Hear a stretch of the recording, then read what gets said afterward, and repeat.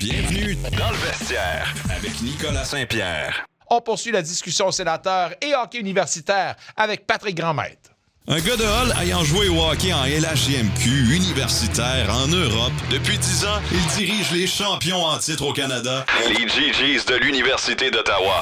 Voici le coach Patrick Grandmaître. Une présentation Stonemount Retirement Lifestyle en compagnie de l'entraîneur de l'équipe championne nationale au niveau du hockey universitaire masculin, Pat Grandmaître, qu'on va rejoindre à l'instant.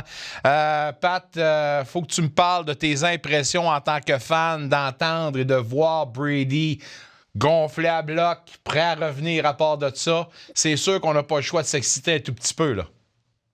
Oui, 100%. Quand ton capitaine revient, puis le style de jeu que Brady apporte à l'équipe, pas le choix d'être excité comme partisan. Le coaching staff doit avoir hâte et ses coéquipiers à lui aussi.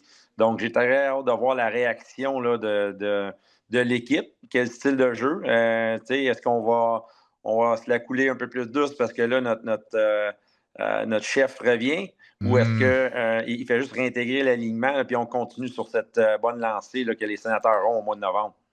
Écoute, Pat, en tant que coach, tu as certainement, on en a parlé à maintes reprises ailleurs, la mentalité du next man up, puis comment une absence, grosse absence comme ça, peut permettre à d'autres joueurs de prendre un petit peu plus de place, puis de découvrir un peu des talents de leader. On a parlé avec Brady de Tim Stützle, qui est devenu certainement un autre joueur. Pinto également. Vois-tu les choses de la même façon? Est-ce que ce mal pour un bien-là a permis à des joueurs peut-être d'augmenter, de passer à un autre niveau dans leur jeu? 100%. La vie, c'est de même aussi. Là. C'est question d'opportunité. Et quand tu as l'opportunité, c'est qu'est-ce que tu fais avec.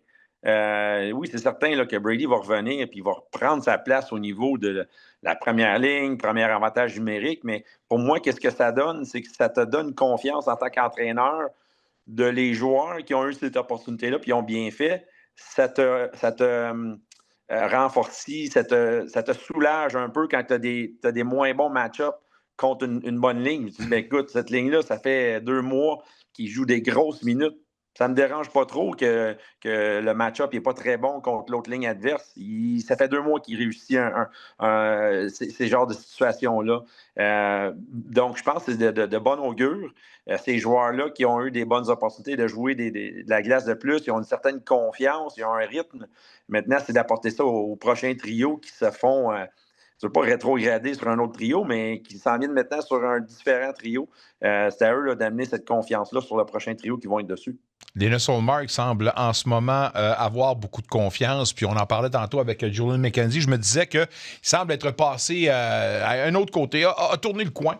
Est-ce que tu es toi aussi convaincu qu'il a tourné ce coin-là avec les performances récentes, entre autres celles d'hier où il termine avec un pourcentage de 914? Oui, écoute, je l'espère. Je pense qu'au-delà des arrêts et du pourcentage d'arrêts, moi, je vais regarder ses lectures de jeu. Hier, là, en troisième période, là, j'ai regardé tout le match, je me suis couché tard. mais écoute, il y a eu des situations très dangereuses que Linus était extrêmement bien placé. Donc, sa lecture de jeu est très bonne. Ça, c'est signe d'un goaler qui est dans son rythme, qui se sent bien, qui voit bien le jeu. Donc, hier, écoute, il a fait des gros arrêts à plusieurs moments, même en prolongation, que j'ai trouvé là, que les sénateurs n'ont pas été top. Ils ont donné des grosses chances de marquer.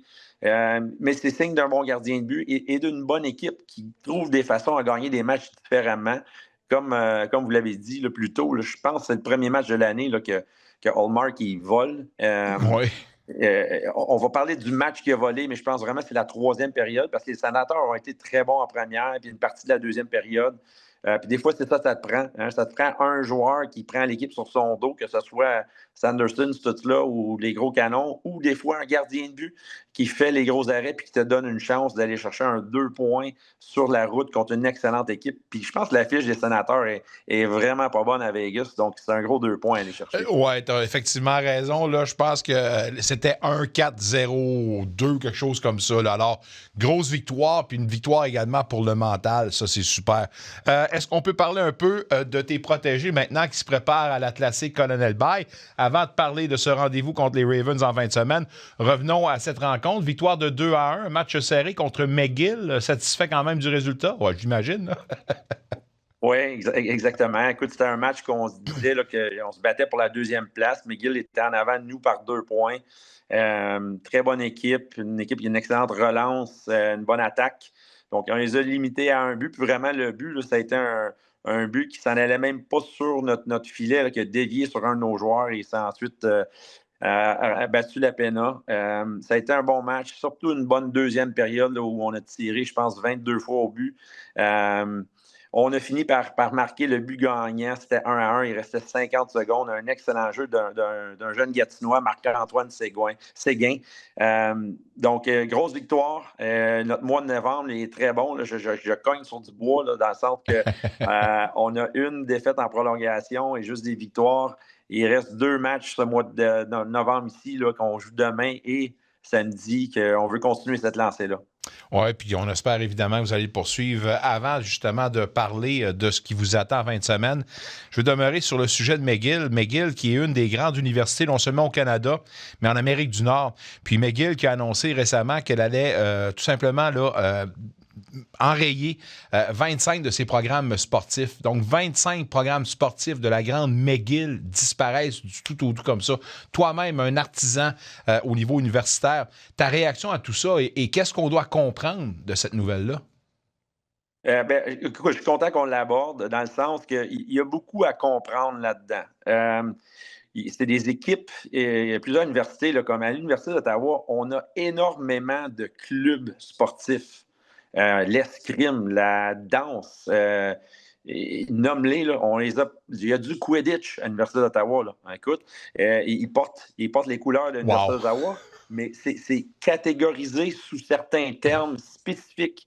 Donc, nous, l'équipe hockey masculine et féminine et quelques autres sports sont classifiés des sports interuniversitaires. Donc, ces sports-là ont le plus haut financement accordé de l'université. Ensuite, il y a les sports clubs et un autre niveau de support très, très moindre qui est offert aussi. Donc, je parle pour nous à l'Université d'Ottawa.